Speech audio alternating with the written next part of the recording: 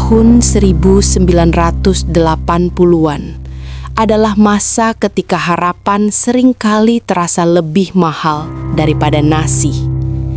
Bagi masyarakat kecil di pelosok desa, hidup berjalan dalam putaran yang sama. Pagi ke sawah, siang ke ladang atau bangunan, malam pulang dengan tubuh lelah dan kantong nyaris kosong. Di kampung-kampung terpencil yang belum tersentuh listrik, malam datang tanpa ampun. Gelap bukan sekadar ketiadaan cahaya, tetapi juga ketiadaan pilihan. Ketika matahari tenggelam di balik bukit, dunia seakan berhenti bergerak. Hanya suara serangga, hembusan angin, dan pikiran-pikiran liar yang menemani. Di masa itulah SDSB, Sumbangan Dermawan Sosial Berhadiah, hadir seperti bisikan dari kota. Bagi pemerintah, itu adalah program sosial. Bagi rakyat kecil, itu adalah pintu keajaiban. Radio-radio transistor tua yang sebelumnya hanya memutar lagu keroncong atau berita pemerintah, kini berubah fungsi menjadi alat penentu nasib. Orang-orang berkumpul, menahan nafas, menunggu angka disebutkan. Koran-koran lusuh yang biasanya hanya dipakai membungkus tempe, kini dilipat rapi, dibaca berulang-ulang, penuh coretan angka dan tanda silang. Perlahan, SDSB bukan lagi sekadar undian, ia menjelma menjadi keyakinan. Dan di balik keyakinan itu, keserakahan tumbuh subur. Orang mulai percaya bahwa angka tidak sekadar hasil acak, bahwa angka bisa diminta, bahwa alam lain menyimpan rahasia 4 digit yang bisa mengubah hidup manusia. Maka ritual pun lahir. Sesajen diletakkan di tempat-tempat sunyi. Kuburan tua kembali didatangi. Pohon-pohon angker dipeluk dan dibisiki. Dan di kampung Cijongklok, Desa Karangpicung, seorang pemuda bernama Duloh perlahan terperosok ke dalam pusarang itu.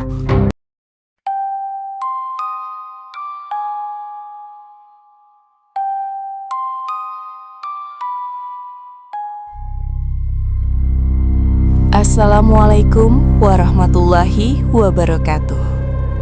Kembali lagi di Tutur Gaib. Jangan lupa subscribe, like, share, dan komen.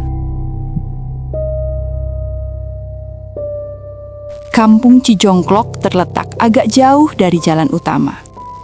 Untuk mencapainya, orang harus melewati jalan tanah merah yang di musim hujan berubah menjadi lumpur licin. Rumah-rumah berdiri berjajar tidak rapi. Kebanyakan masih berupa rumah panggung dari kayu dan bilik bambu. Belum ada listrik di kampung itu. Malam hari hanya diterangi lampu cempor dan petromax yang cahayanya redup, bergetar tertiup angin. Duloh tinggal bersama ibunya di sebuah rumah kecil di pinggir kampung. Ayahnya sudah lama meninggal, meninggalkan ladang sempit dan hidup yang pas-pasan. Sejak usia belasan tahun, Duloh sudah terbiasa bekerja apa saja. Mencangkul sawah orang, mengangkut pasir, membantu bangunan. Ia dikenal rajin, tidak banyak bicara.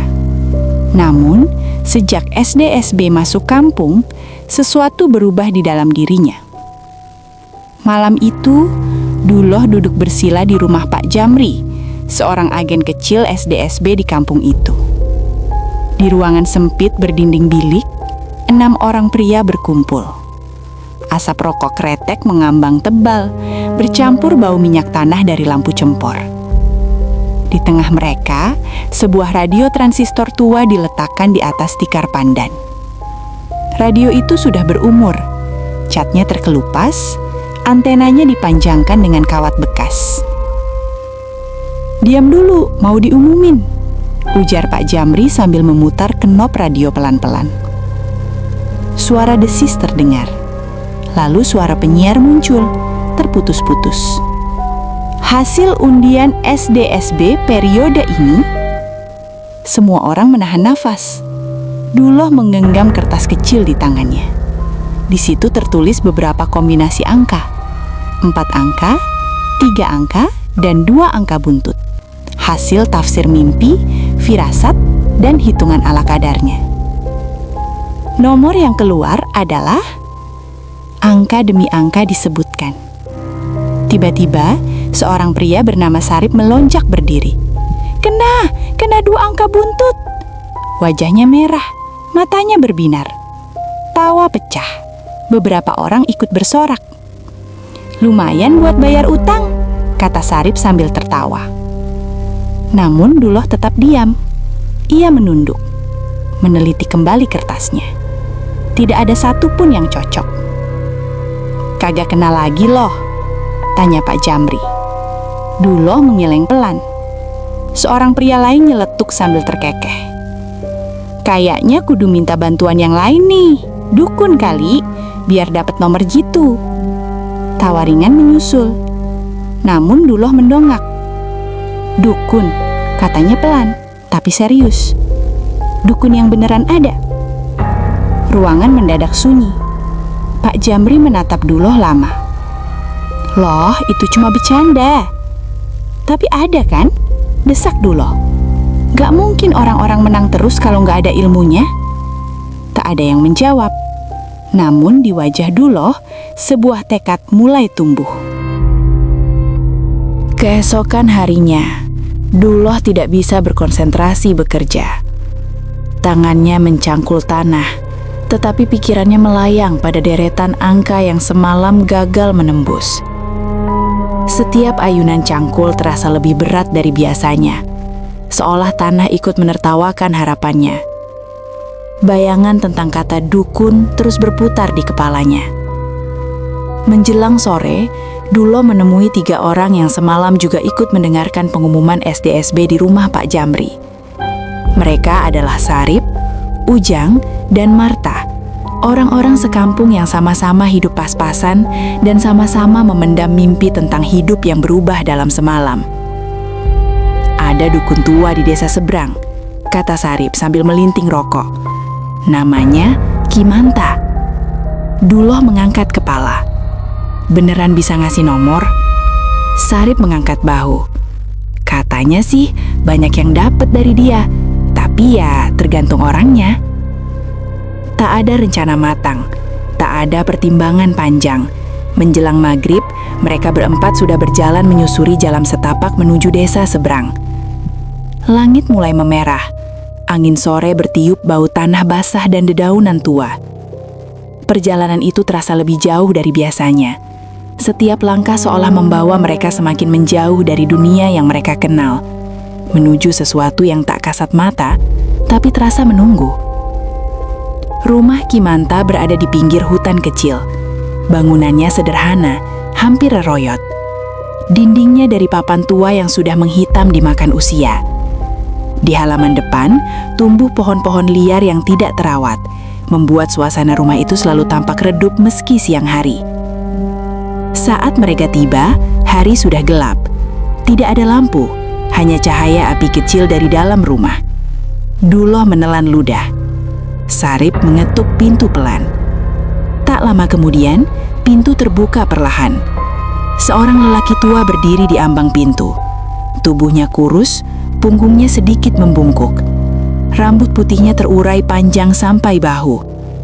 Matanya cekung, namun sorotnya tajam dan dalam, seolah bisa menembus dada orang yang menatapnya. "Ada perlu apa?" tanyanya pelan. Suaranya serak tapi tenang. Sarip menunduk hormat. "Maaf mengganggu, Ki. Kami butuh bantuan." Kimanta memandangi mereka satu persatu. Tatapannya berhenti agak lama pada Duloh.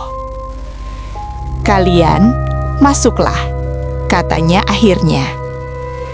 Di dalam rumah, udara terasa pengap dan berat.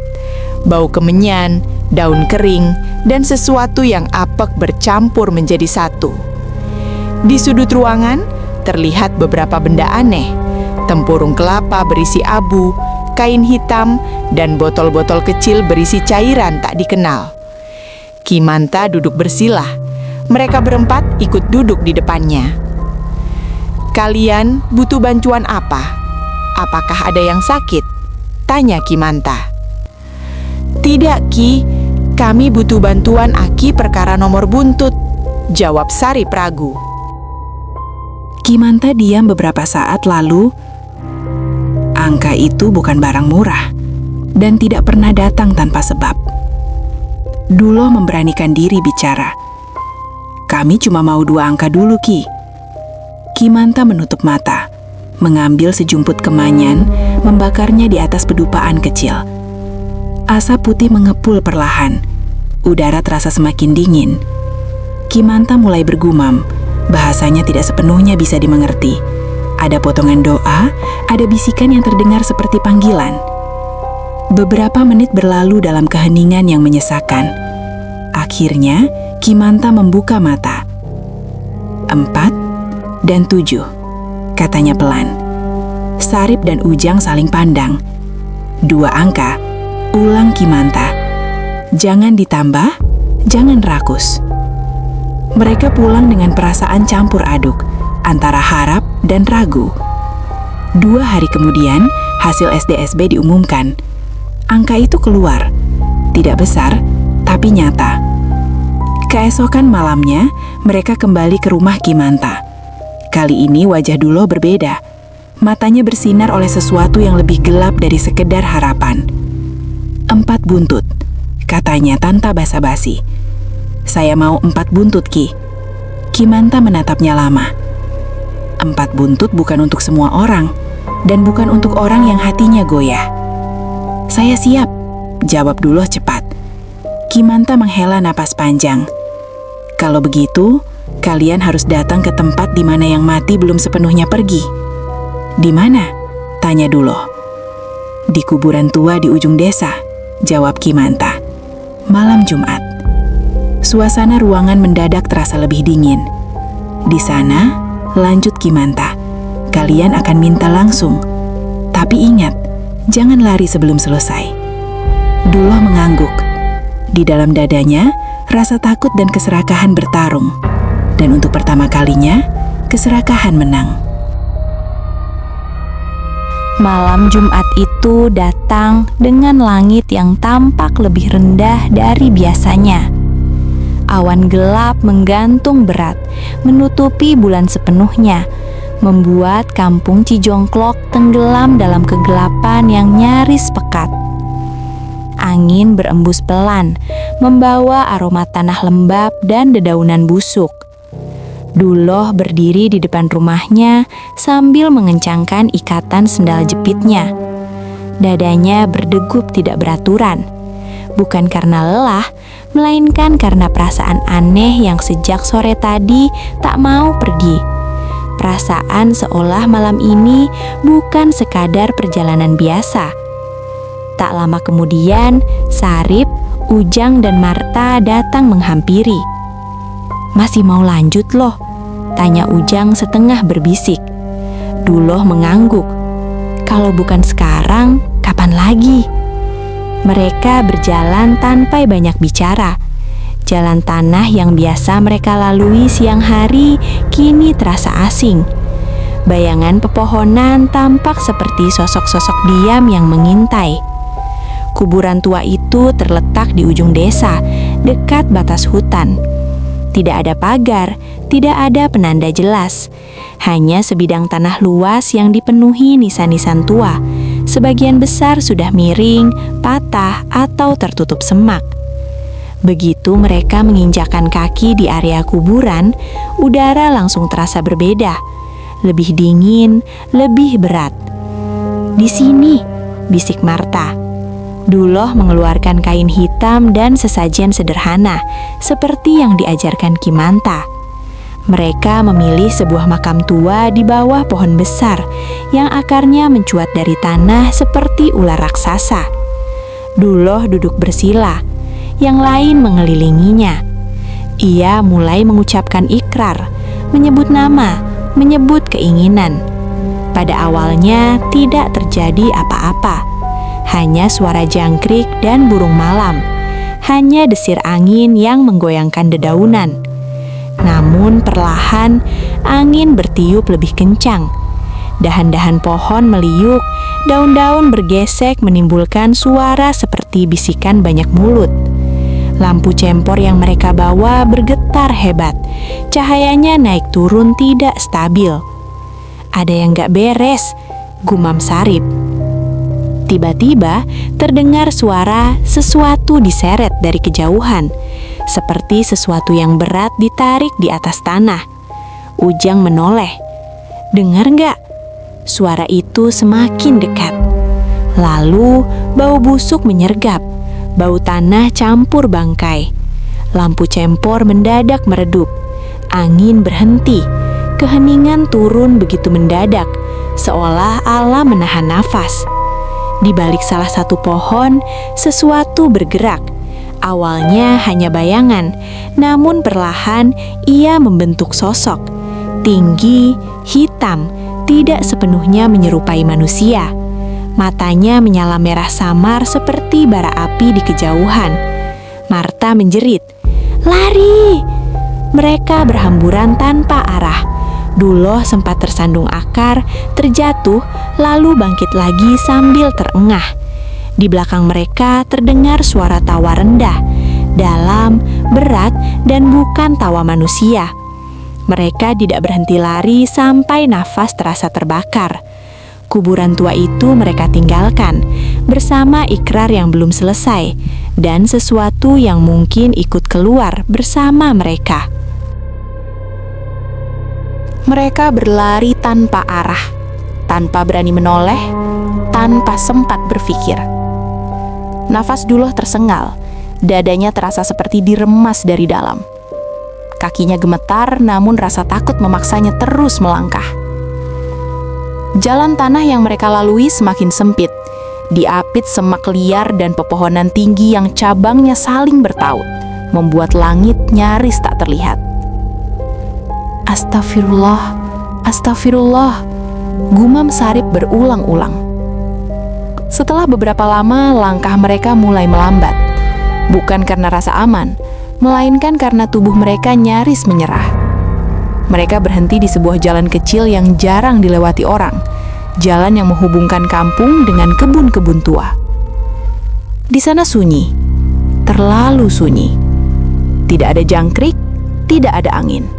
Hanya suara nafas mereka sendiri. "Kayaknya udah jauh," kata Ujang sambil membungkuk menopang lututnya. Duloh menoleh ke belakang. Gelap. Kuburan tua tak lagi terlihat. Ia hendak berkata sesuatu ketika terdengar suara gesekan pelan dari arah semak di sisi jalan. Srek, srek. Marta mendongak lebih dulu. Wajahnya langsung pucat. "Loh, itu apa?" bisiknya gemetar. "Itu apa?" Dari balik semak, seorang kakek tua muncul perlahan. Tubuhnya sangat kurus seorah tinggal tulang yang dibungkus kulit. Ia tidak mengenakan baju. Kulitnya penuh koreng, luka bernanah, dan bercak-bercak hitam yang tampak basah. Beberapa bagian terlihat mengelupas, menggantung seperti kulit mati. Bau busuk langsung menyergap hidung mereka. Bau penyakit, bau daging rusak. Kakek itu memanggul sebuah karung besar di pundaknya. Karung goni tua yang tampak berat dan menggembung. Ia berhenti tepat di tengah jalan, menatap mereka satu persatu. Matanya cekung, namun bibirnya tersenyum. "Kenapa lari-lari?" tanyanya dengan suara parau, serak, seperti orang yang tenggorokannya dipenuhi lendir. Tak ada yang menjawab. Kakek itu terkekeh pelan. Tawa yang terdengar seperti orang menggaruk kulit basah. Dari kuburan ya? Nyari angka? Duloh merasakan tengkuknya meremang. Siapa kakek?" tanya Sarip dengan suara hampir tak terdengar. Kakek itu menurunkan karungnya ke tanah. Karung itu jatuh dengan suara berat, kedebuk, seolah isinya benda padat dalam jumlah banyak. "Kalian mau uang banyak?" Aku bisa memberikannya. Ini, isinya duit, kata si kakek ringan. Karungnya disodorkan sedikit ke depan. Bukan 2 buntut, bukan 4 buntut, tapi kekayaan yang gak bakal habis. Mata Ujang membelalak. Duit? Kakek itu mengangguk. Ambil saja. Tinggal ambil. Duloh menatap karung itu. Dadanya berdegup kencang.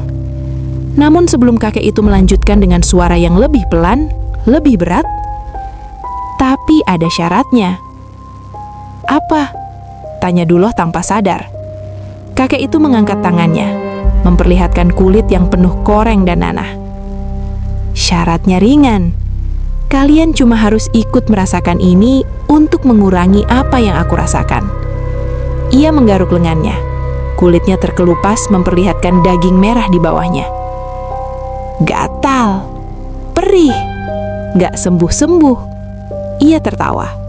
Tawa panjang, patah-patah. Kalau mau kaya, kalian harus kuat menerima penyakit sepertiku. Marta menjerit histeris. Itu juri kesrek. Kakek itu berhenti tertawa.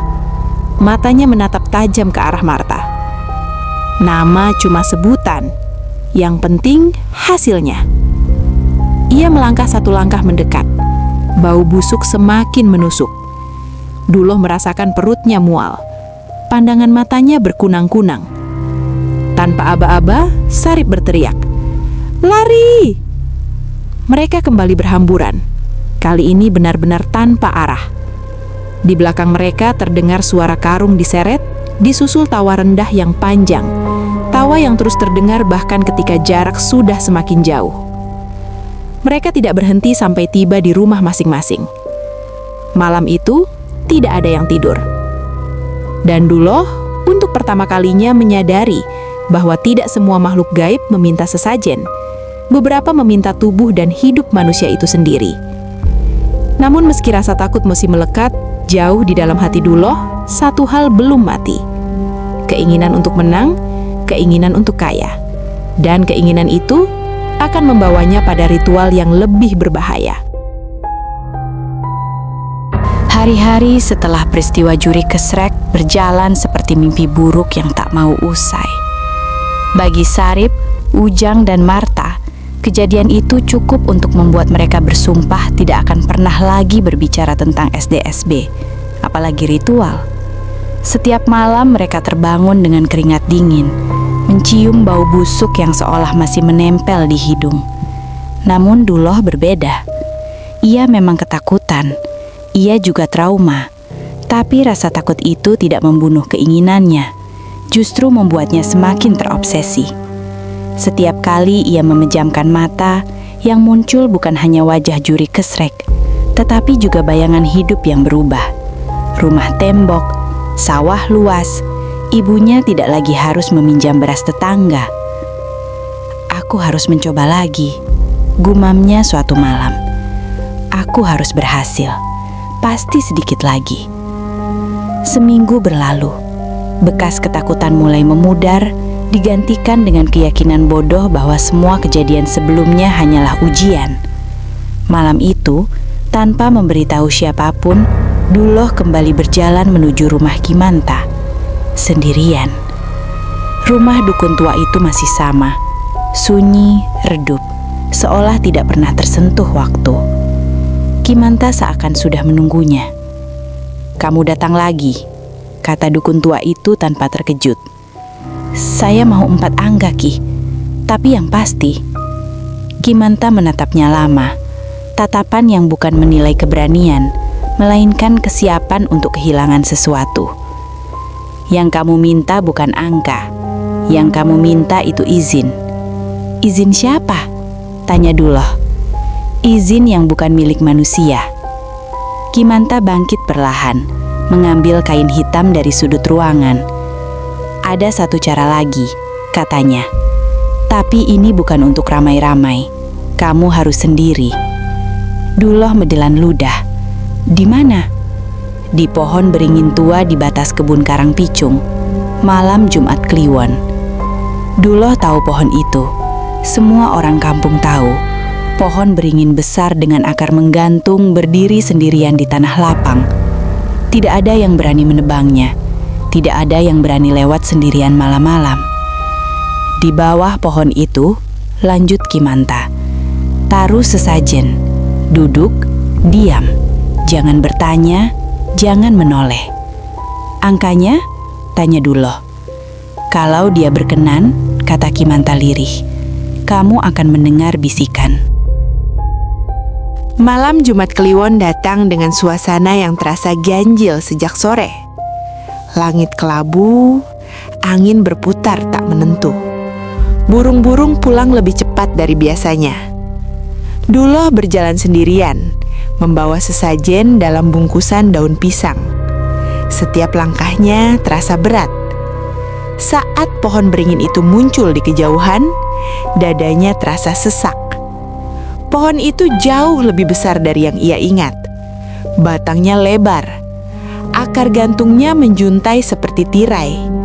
Daun-daunnya bergesek pelan, meski hampir tak ada angin. Duloh meletakkan sesajen di bawah pohon, duduk bersila, menundukkan kepala. Awalnya hanya suara malam biasa, jangkrik, daun jatuh, nafasnya sendiri. Lalu udara berubah dingin, sangat dingin. Seolah tanah di bawahnya membuka pintu ke tempat lain. Duloh merinding, tangannya gemetar. Kemudian bisikan itu datang. Bukan suara keras, bukan suara jelas. Seperti orang berbicara dari dalam tanah. 3, 6, 4, 2. Atau suaranya tumpang tindih, samar, seolah disengaja agar mudah salah dengar. Hatur nuhun, bisik Duloh dengan suara pecah. Bisikan itu berhenti. Udara kembali normal. Malam terasa kosong. Duloh pulang dengan kepala penuh angka yang tak pernah benar-benar pasti. Namun ia memilih satu kombinasi yang paling ia yakini. Angka itu keluar. 4 buntut. Nama Duloh disebut di rumah Pak Jamri. Orang-orang terdiam. Sebagian iri, sebagian kagum. Namun malam itu, ketika Duloh pulang membawa kertas kemenangan, ia tidak merasa bahagia. Di bawah pohon beringin, sesuatu bergerak. Malam berikutnya, Duloh mendengar langkah di luar rumah, disusul bisikan yang sama. Meminta imbalan. Sejak itu, setiap kali angka Duloh menang, bahkan 2 buntut, makhluk penunggu pohon datang menagih. Kadang lewat mimpi, kadang lewat bayangan, kadang lewat suara garukan di dinding. Bukan uang yang diminta, melainkan rasa sakit, ketakutan, dan sedikit demi sedikit kewarasan Duloh. Waktu terus berjalan, tapi hidup Duloh seolah berhenti di satu titik. Kemenangan 4 buntut yang sempat menghebohkan kampung Cijongklok ternyata tidak pernah benar-benar mengubah apapun. Uang itu habis perlahan, dipakai menutup utang lama, membeli kebutuhan sehari-hari, dan sisanya menguap tanpa jejak, seperti air yang dituang ke tanah kering. Rumah Duloh tetap rumah bilik bambu, sawahnya tetap sempit, dan setiap pagi ia tetap berangkat bekerja dengan tubuh letih dan mata yang cekung. Namun ada satu hal yang berubah. Malam tidak lagi menjadi tempat istirahat baginya. Setiap malam, Duloh terbangun dengan keringat dingin. Dadanya sesak, nafasnya pendek-pendek. Di telinganya, bisikan itu datang lagi dan lagi. Suara yang pernah ia dengar di bawah pohon beringin tua. Kadang hanya satu kata, kadang hanya angka. Di luar rumahnya, suara daun kering terseret sering terdengar meski tidak ada angin. Di dinding bilik, muncul bekas garukan tipis yang tidak bisa dijelaskan. Ibunya sering mendapati Duloh duduk termenung di sudut rumah, menatap kosong ke arah pintu, seolah menunggu seseorang yang tak kasat mata. "Dul, kamu kenapa, Nak?" Tanya ibunya suatu malam. Duloh tidak menjawab. Ia hanya menunduk, menggenggam tangannya sendiri yang dingin. Ia tidak berani bercerita, karena ia tahu tidak ada yang bisa menolongnya. Kimanta telah lama menghilang. Rumah dukun tua itu kosong. Tidak ada tanda-tanda kehidupan, seolah lelaki itu tidak pernah ada. Sementara itu, pohon beringin tua di batas kebun Karangpicung masih berdiri tegak. Akar-akarnya semakin panjang, menjulur ke tanah seperti ingin mencengkram siapapun yang mendekat. Orang-orang kampung mulai memperhatikan perubahan Duloh. Ia menjadi pendiam, sering melamun, kadang tertawa sendiri di malam hari. Beberapa kali ia terlihat berjalan ke arah pohon beringin itu saat malam hampir pagi. Berdiri lama di sana, tidak melakukan apa-apa, hanya berdiri dan mendengarkan. Sejak saat itu, tidak ada lagi warga yang berani memasang nomor di dekat Duloh. Tidak ada lagi yang mau mendengarkan radio bersamanya. Radio transistor tua itu kini jarang dinyalakan. Namun setiap kali suara penyiar menyebutkan angka SDSB, Duloh selalu tersentak, seolah kata-kata itu memanggil namanya secara pribadi. Dan setiap kali angka yang ia pasang keluar, sekecil apapun, malam itu pula teror datang menagih. Bukan dalam bentuk uang, bukan pula dalam bentuk penyakit, melainkan ketakutan yang merayap perlahan menggerogoti pikirannya.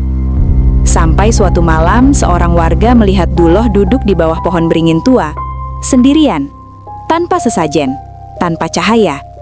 Ia menatap ke atas, ke arah akar yang menggantung, dan ia tersenyum. Sejak malam itu, Duloh tidak pernah lagi memasang nomor SDSB. Bukan karena sadar, bukan karena jerah, melainkan karena ia tidak lagi membutuhkan angka. Makhluk itu sudah tinggal bersamanya. Dan hingga hari ini, orang-orang kampung Cijongklok percaya, jika pada malam Jumat Kliwon terdengar bisikan angka di sekitar pohon beringin tua, itu bukan suara angin. Itu adalah suara Duloh yang masih menghitung, masih menunggu, dan masih membayar harga dari keserakahan yang pernah ia pilih sendiri. Terima kasih sudah mendengarkan kisah ini sampai selesai. Jika kalian suka cerita-cerita seperti ini, silahkan klik tombol like. Jangan lupa subscribe, nyalakan loncengnya, tinggalkan komentar, dan share ke teman-teman dan sosial media kalian. Semoga kita semua selalu dalam lindungan Allah Subhanahu wa Ta'ala, diberi kesehatan dan dilancarkan rezekinya. Amin ya Rabbal Alamin. Sampai jumpa di kisah berikutnya. Wassalamualaikum warahmatullahi wabarakatuh.